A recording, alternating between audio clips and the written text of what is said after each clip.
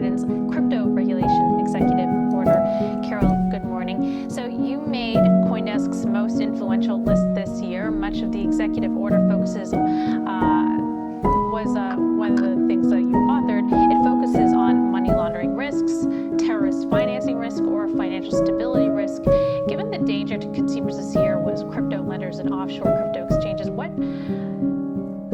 this the right focus? So first, thank you very much for including the executive order and also highlighting my role in it. I was so proud of that. So thanks very much to CoinDesk.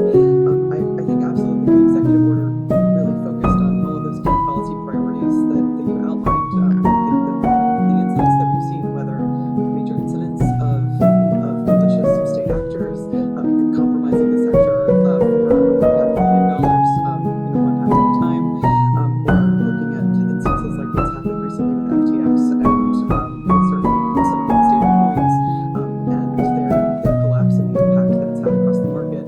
That's why the executive order took the approach that it did of pointing to these key risk areas, outlining policy priorities for the entire U.S. government to address them, but also acknowledging the fact that driving the kinds of innovation that will allow for the sorts of built-in protections and things that programmable money and other financial assets can potentially offer to the world, that has to be a priority as well. So I think that the executive order was properly balanced, that was the right area to focus on, both mitigating very real risk, but also fostering the real potential for the underlying technologies here.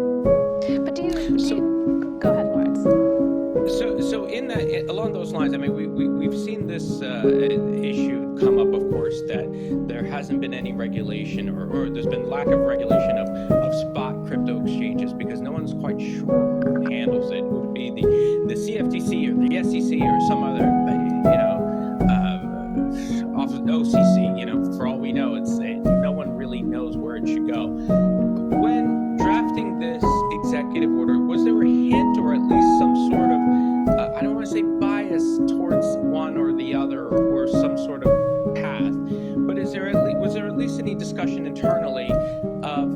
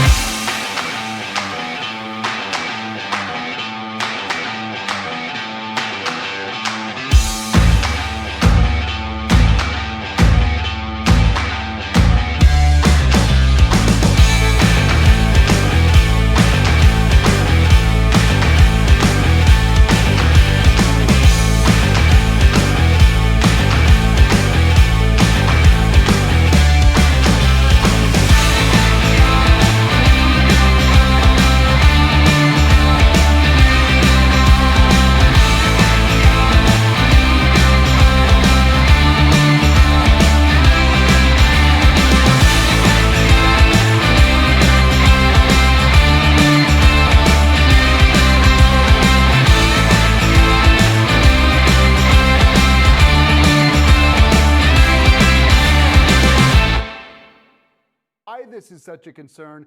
And do you have those concerns about Facebook, Instagram, Twitter, Snap, and the like? I do have a baseline level of concern with a lot of applications and the data that they pull, regardless of whether their headquarters are in Beijing or Silicon Valley. But there's something unique with TikTok, and we have the evidence already. Look, they've represented for years very little data. In some cases, they would say no data made its way back to China. Boy, those internal audio communications that showed no, in fact, everything is seen in China. We have them admitting now to having surreptitiously surveilled the location of specific Americans after initially denying it, even though they had the information to know it was true. We have evidence that they've allowed CCP state media to set up accounts and target U.S. politicians for criticism out of our midterm elections. FBI, DOJ is investigating right now as well. So unlike 3 years ago, we went through this in the Trump administration, I would say the evidence is now public, at least a substantial amount of it, and very clear. So it's a much stronger case now than then. So you're laying out why TikTok could be viewed or should be viewed maybe as a national security threat. What about some of the other U.S. social media platforms? Not so much a national security threat, obviously, but more so the data collection aspect of it. The thought here that maybe this is going to attract a little bit more scrutiny. Maybe they need more oversight. What do you think?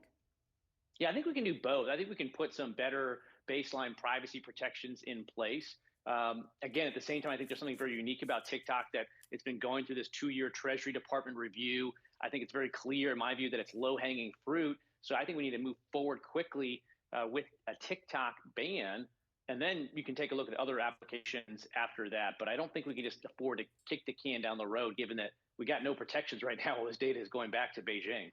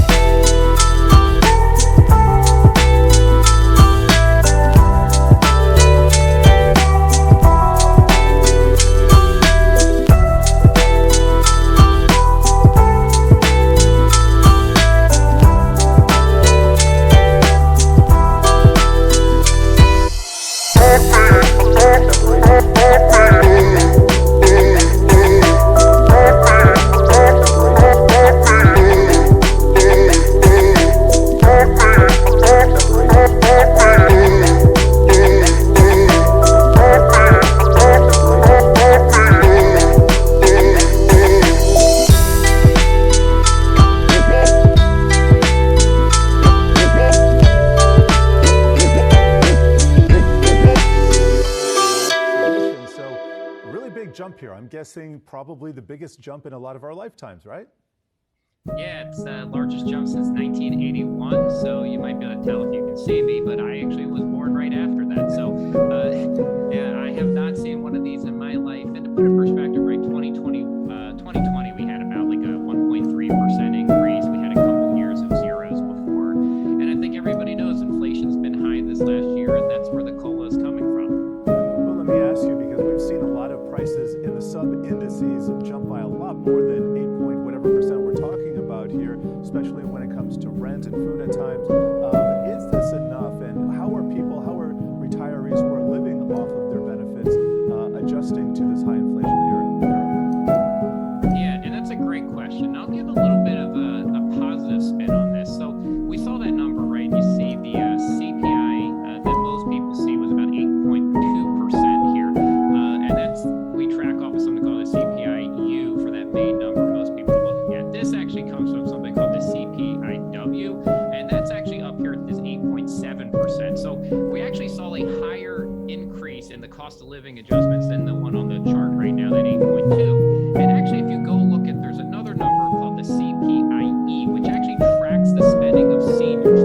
Now, I have not seen the September data yet. I pulled it up this morning. They still only have August in there, but if you run that back August to August 21 to 22,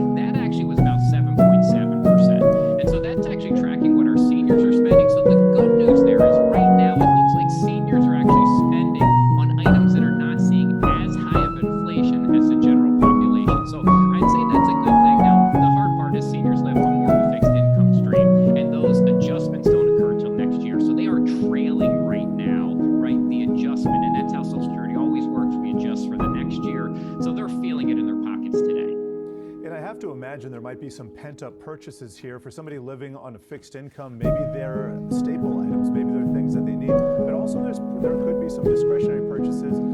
Given the length of time since we've seen anything happen like this before you were born, looking good by the way, I would ask, do we have any idea where we can see some of this money end up in our current ecosystem, in terms of our current economy?